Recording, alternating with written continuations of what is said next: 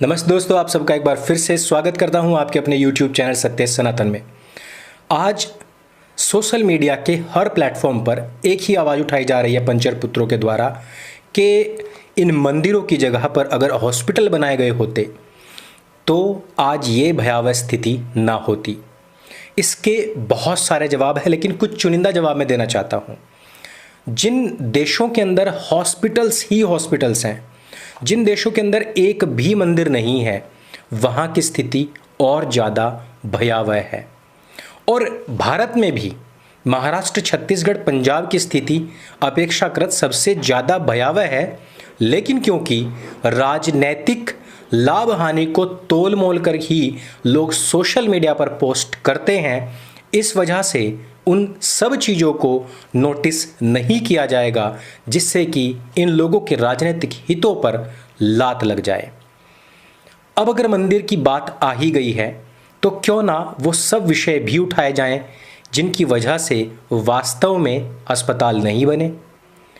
जब हज सब्सिडी के नाम पर, हज हाउस के नाम पर, उर्स के नाम पर हमारी सरकारें 100-100 करोड़ रुपए यूं ही बांट देती हैं, अल्पसंख्यक आयोग बना करके लाखों करोड़ रुपए इन मुसलमानों पर लुटाए गए, जिनकी स्थिति न शारीरिक, न मानसिक, न आर्थिक, न सामाजिक, न नैतिक, किसी प्रकार की स्थिति में कोई उत्थान हुआ ही नहीं।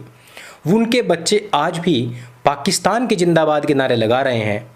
उन लोगों की श्रद्धा, जिनकी भारत के प्रति नहीं बल्कि आज भी पाकिस्तान के प्रति है, उन लोगों की श्रद्धा जिनकी आज भी शरिया कानून में है, वो लोग जो आज भी 4 अलग पाकिस्तान चाहते हैं, उन लोगों पर इतना पैसा लुटाकर सरकारों ने अच्छा नहीं किया। इनकी जगह पर अगर उन्होंने और बड़े बड़े अस्पताल बनवाए होते तो आज स्थिति इतनी भयावह ना होती। अगर आज हज हाउस पर पैसा जो लुटाया गया वो ना लुटा करके उसके स्थान पर हॉस्पिटल्स बनवाए गए होते तो स्थिति इतनी भयावह ना होती। आज दिल्ली के अंदर कई 100 एकड़ जमीन एक ही परिवार की समाधियों के नाम कर दी गई। अगर उनके ऊपर अच्छे अच्छे हॉस्पिटल्स बनाए गए होते तो भयावह स्थिति इतनी ना होती। अगर नोएडा और लखनऊ में कई हजार करोड़ रुपए के पार्क ना बनाकर वहाँ पर हॉस्पिटल बनाए गए होते तो स्थिति इतनी भयावह ना होती। और भी बहुत सारी चीज़ें हैं कि लाखों करोड़ रुपए के घोटाले अगर ना करके स्वास्थ्य संबंधित जितनी भी सुविधाएं हैं उन पर गौर किया गया होता तो पिछले 60 साल की हुकूमत में कांग्रेस इस देश को बहुत आगे ले जा चुकी होती। सबसे बड़ी बात कि जो मलेच्छ आज मंदिर पर सवाल कर रहे हैं वो मंदिर तो भी बना ही नहीं, और उस मंदिर में न सरकार की और न इन मलेच्छों के बाप का एक भी पैसा लगा हुआ है। ये पैसा दान का है और उस दान से ऑलरेडी ये लोग वेलफेयर के बहुत सारे काम कर चुके हैं। मंदिरों की, सत्संग भवनों की ऐसी फ़ोटोज़ आपको देखने को मिल जाएंगी जहां पर हजारों बेड लगे हुए हैं, आइसोलेशन सेंटर्स उनके बनाए जा रहे हैं। लेकिन क्या आपने जामा मस्जिद या उस तरीके बड़ी किसी भी मस्जिद का कोई फ़ोटो देखा जहां पर किसी 2-4 लोगों को भी आइसोलेट किया गया हो या उनकी तरफ से इस तरीके की कोई मुहिम चलाई गई हो? ये तो नहीं देखा, लेकिन काफिरों की गर्दन मारने हेतु अभी तक दर्जनों रैलियां ऐसी की जा चुकी हैं जिसमें ना मास्क है और ना ही कोविड प्रोटोकॉल को फॉलो किया गया, जहां पर कोरोना धड़ाधड़ बांटा जा रहा है। गर्दन मारने से मुझे याद आया कि मोमिनों ने अभी एक फतवा निकाला है। मोमिनों का कहना है कि अमानतुल्लाह खान ने जो कहा वो बिल्कुल सही है। पाकिस्तान जिंदाबाद के नारे यूं ही नहीं लग रहे हैं, इसके पीछे गहरी चाल और गहरी तैयारी है। बच्चों को बचपन से तैयार किया जाता है इसके लिए कि उनकी श्रद्धा किस देश के प्रति और किस मजहब के प्रति होगी।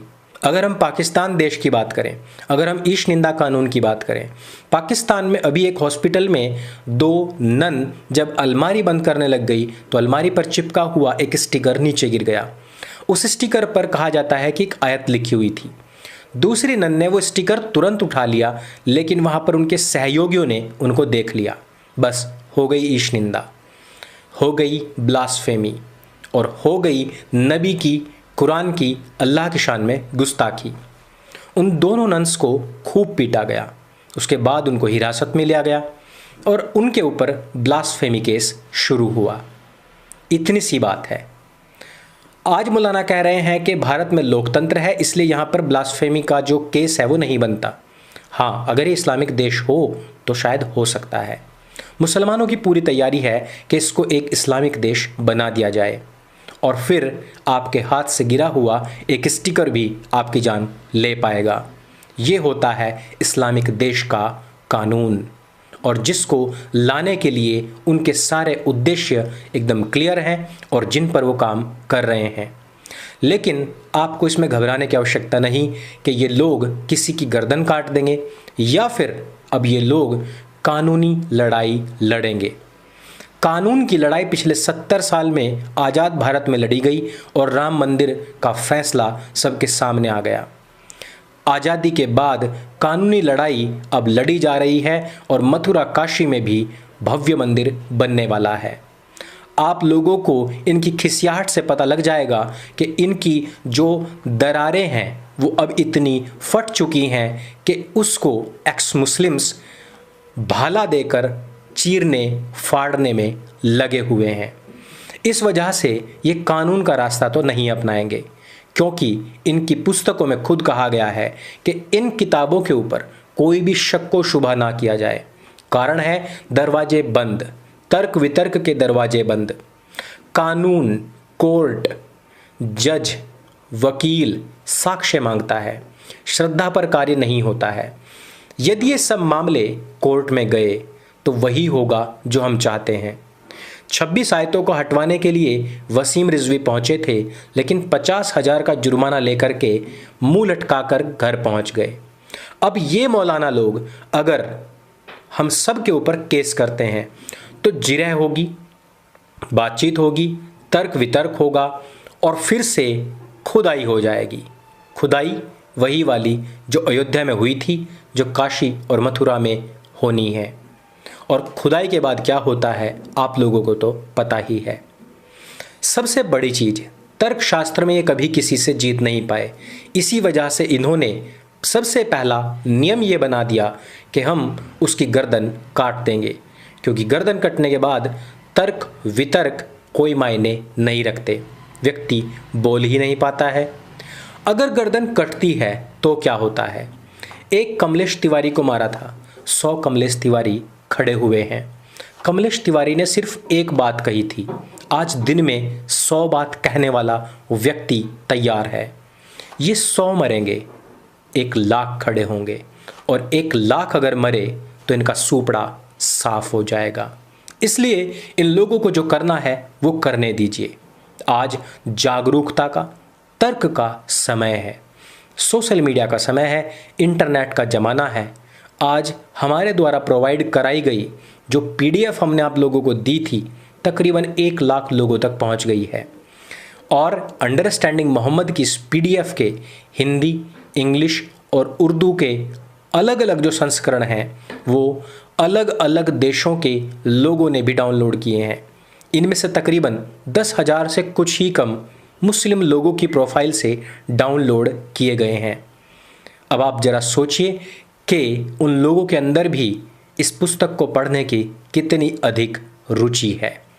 10% मैं आज की तारीख में बहुत अच्छा मानता हूँ, और उन 10% से ये ज्ञान कितने लोगों के पास जाएगा, बस यही खतरा, यही डर इन मौलानाओं को सता रहा है, क्योंकि इनका सच से कोई लेना देना नहीं। इनको खतरा है अपनी दुकानदारी के बंद होने का, सच्चाई से इनका कोई वास्ता है ही नहीं। इस वजह से ये जो कुछ भी करें उसमें तो जो लाभ है वो सत्य का है, क्योंकि स्थायी केवल सनातन है। सत्य सनातन वैदिक धर्म ने जब भी कोई आपदा पड़ी है उन सब में बढ़ चढ़ कर के सहयोग भी दिया है, और यदि उसके लिए ही कोई आपदा बनकर आया है तो उसका संहार भी किया है। आज एक बार फिर से मैं दोबारा ये बात पूछना चाहता हूँ कि जिन लोगों ने, जिनके पूर्वजों ने हमारे मंदिरों को तोड़कर खुद मस्जिदें बनाई, मदरसे बनाए, ईदगाहें बनाई, आप लोगों का क्या मानना है? अगर यह सब केस कोर्ट में पहुंचते हैं तो कौन से ऐसे बिंदु हैं जिन पर इनको मुंह की खानी पड़ेगी? और अगर ये गर्दनें मारते हैं तो कितने लोग तैयार हैं जो आगे, कोई नरसिम्हानंद सरस्वती, कोई अंकुर आर्य, कोई कमलेश तिवारी, कोई नीरज अत्री और कोई शुभम मंगला, कोई राहुल आर्य बनने के लिए तैयार है। आप लोगों की इस जागरूकता के दम पर, उसी के साथ पर हम सब लोग इस महामारी कोरोना वायरस से लड़ने के लिए आगे बढ़े हुए हैं। इस वीडियो को सबके साथ में फैलाइए, सब तक स्प्रेड कीजिए। सत्य सनातन आपका अपना प्लेटफॉर्म है, इसको सब्सक्राइब कीजिए और करवाइए। मेरे संग बोलिए सत्य सनातन वैदिक धर्म की जय। जय हिंद, वंदे मातरम।